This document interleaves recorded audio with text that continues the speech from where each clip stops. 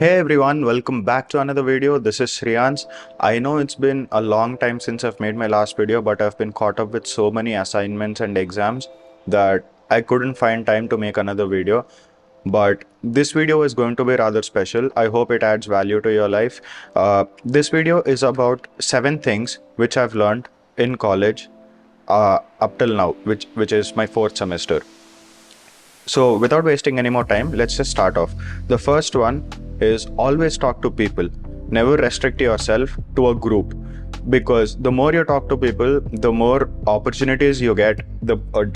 You find a greater diversity in the kind of people you meet. And if for some reason your group leaves, you don't want to be left stranded in a college, right? So always go and talk to as many people as possible. Number 2, have good connections with your seniors. I'll give you an example. So there is this conference which happens called Triple AI. It is a conference of AI and ML, if I'm not wrong, and it's one of the most prestigious conferences in the world. So 11 undergraduates from all over the world are selected for this conference, and this time 3 of them were from India and all 3 were from MIT, our college. So even in your college, you will have many seniors who are overachievers, people who are working on startups, who have got good packages. So always go, try to talk to them, learn from them, because nobody can help you more than a senior, because he's been in your position just a while ago, probably an year or 2. So have good connections with your seniors. Number 3, if you're in a university, talk to people from other colleges under your university. Like for example, in MIT comes under MAHE, Manipal Academy of Higher Education. So under MAHE there are other colleges too, like KMC, Kasturba Medical College. So if someone wants to work on an interdisciplinary project, could be a research project, could be a normal project, could be anything. It's always good to have friends from the other colleges and other streams, so that there's always someone you know to approach. Even if they can't help you directly, they can direct you towards others who will be working in the same field.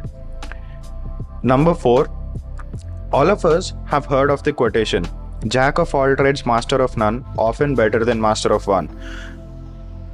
This is one of those times where I disagree with this quote. When you come to college, especially as a fresher, there'll be so many clubs, student projects, other opportunities waiting for you, and they will have a list of domains where they would want you working, like social media and graphics, could be app or web development, could be, for example, if you're building a car, could be in the mechanical department, could be in the electronics department. Some of you might be into robotics, so you need to learn ROS, robots operating system or something. I don't remember the full form. So always have one skill which you're really good at, which you can trade in return for money or opportunities. So you need to be the jack of all trades so that you can choose your domain more effectively. You need to explore as much as possible while in college, because you have the opportunity. Then you'll make a better decision about life. But always have that one skill. Could be web development, could be app development, or probably could be like hardcore coding. Not many people go into that, but always have one skill which you do better than anyone else. Number 5, you have a lot of time in college. You just need to be disciplined and punctual. So often we end up saying we don't have a lot of time in college, that we're stressed with work and all. I am guilty of it too.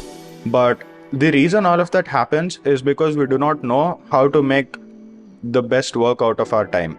So one possible solution is make a calendar and stick to it religiously.